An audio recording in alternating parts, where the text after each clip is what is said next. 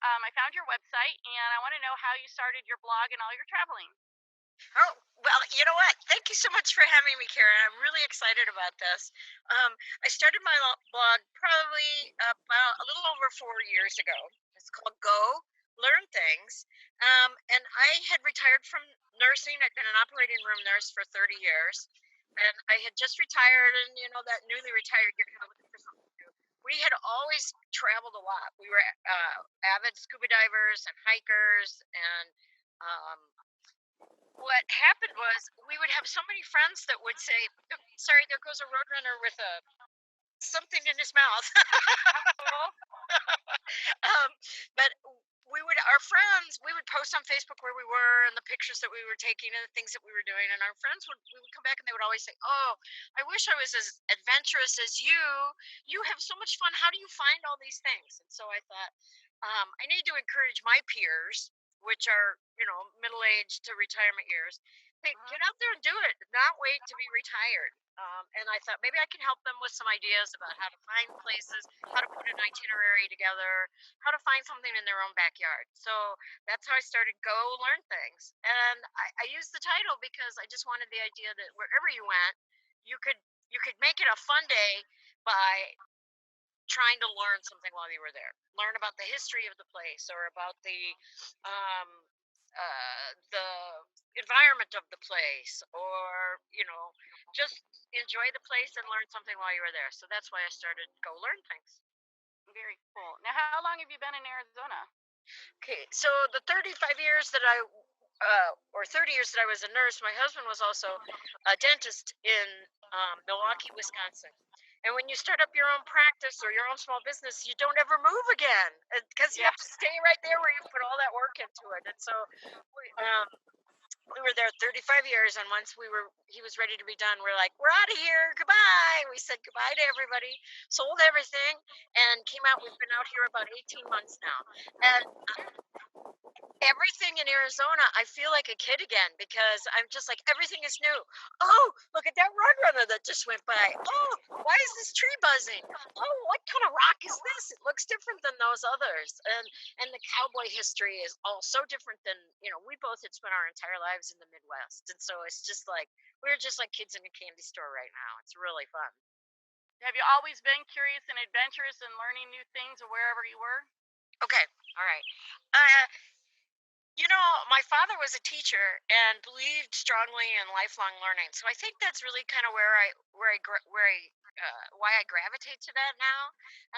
But learning was always just kind of one of the things that I did best. I may not be really great at any one thing, but I'm great at exploring it. And so I think once I had the freedom as an adult and, the wherewithal as far as time and money, I really just went all out with that. Now, I'm not adventurous just to the point of, I just need an adrenaline rush or a death wish necessarily. It's all done within reason of what we can do. And I think that's one of the things I really wanted to communicate on my website was, you know what, we can all do this. We can all be an adventurer to whatever degree that your capability is. But if you don't get started, it's going to be too terrifying to ever really get started. So many of our friends would say, well, someday when I'm retired, someday. And I'm like, today's the day, because Yeah. being adventurous does take some practice. It takes energy, and it takes a little bit of courage. And once you've done a few things, then you're like, oh, you know what? I did that zip line. I think I can do this other thing. Or, you know what? I did that hike. I think I could try this one. And so it builds on itself. It's something you have to just continually sort of, especially initially, push yourself out there to do, and stay in practice with it, just like any other skill. Same with curiosity. You've got to keep it honed all the time. Very true. Very true. And someday never comes. Just go do it, right? That's exactly right. Someday never comes if you keep putting it off, especially when it comes to adventure, because it's very easy to say, oh, well, it's too hot, it's too far, I'm too old, or I'm too young, or, there's always an excuse.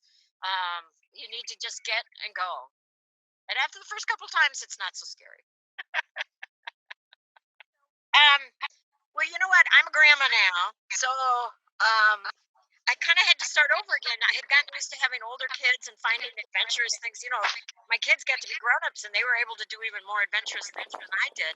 So I had to start discovering little people adventures again. And it's so much fun at any age.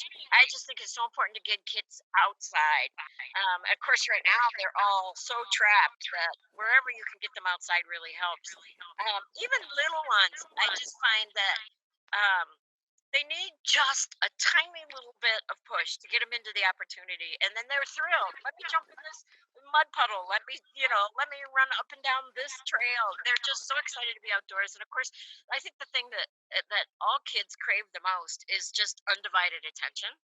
And so if you're out there with them and suddenly there's something that interests you, that's going to interest them too. My oldest grandson, who is just about ready to turn 6, is now an avid bird watcher because whenever I go out, I'm like, oh, listen, can you hear Mr. Cardinal?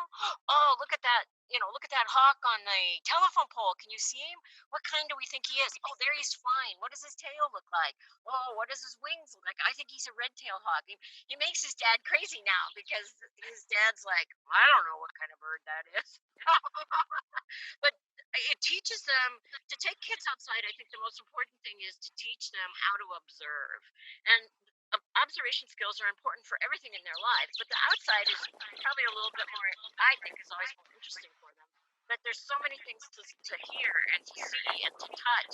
And it doesn't have to be anything more than your backyard, but with that in mind, what can we see? What do we hear? I don't know if you can hear or not, but Mr. Cardinal is behind me, just chirp, chirp, chirping. And even a 3-year-old, I could say, "Oh, do you hear that? Do you hear him? Now he's in this tree. Do you hear him?" That's all it takes. But kids absolutely love it. Um, I just think kids love to learn. That's what their brains are set up to do, and just engage in it. And suddenly, you're probably having more fun than the kids are. How about, is there anything that since you've moved out here that you've discovered about Arizona, whether it's a plants or animals or topography or something that just fascinated you that you didn't know about? Oh, everything. I tell you, um, you know what? Right now, as it's starting to get hot, I know I've discovered that in Arizona, our summers are just like our winter in Wisconsin. We all kind of start to hibernate because of the heat. But one of the things I love about right now are I never realized how colorful the cactuses were. Every cactus, and every week it's a different one that's blooming, and um, I think the cactus flowers are just. But you know what? This is really silly, but I'm pretty fascinated by the rocks too. So many. The rocks are cool. Yeah, and every park you go to, it's yet a different formation. You think, you drive around up around the Grand Canyon, and you think, okay, yeah, the Grand Canyon, but another couple miles, and you're seeing a totally different formation of rocks, and another couple miles a different direction, it's even different rocks. Or you hit the red rocks in Sedona, or we were just down in the Dragoons, and went to the Cochise Stronghold, which is a place where a famous Apache chief kind of held off people for years and years and years. Those rocks explain why. Pretty amazing rocks down there. So flowers and rocks, and you know what? I could go on and on, but those are probably my two biggest. I think that's a fascinating thing about the age where I'm at right now is we really have the ability to be like kids all over again. We could choose something totally different to do with our lives than we ever did before. Trust me, 30 Exactly. years of being a nurse was plenty, and I was ready to learn something different. And it's so exciting to know you have all these years now ahead of you to learn some new things. And I'm among people that are actively doing that, and it's very exciting.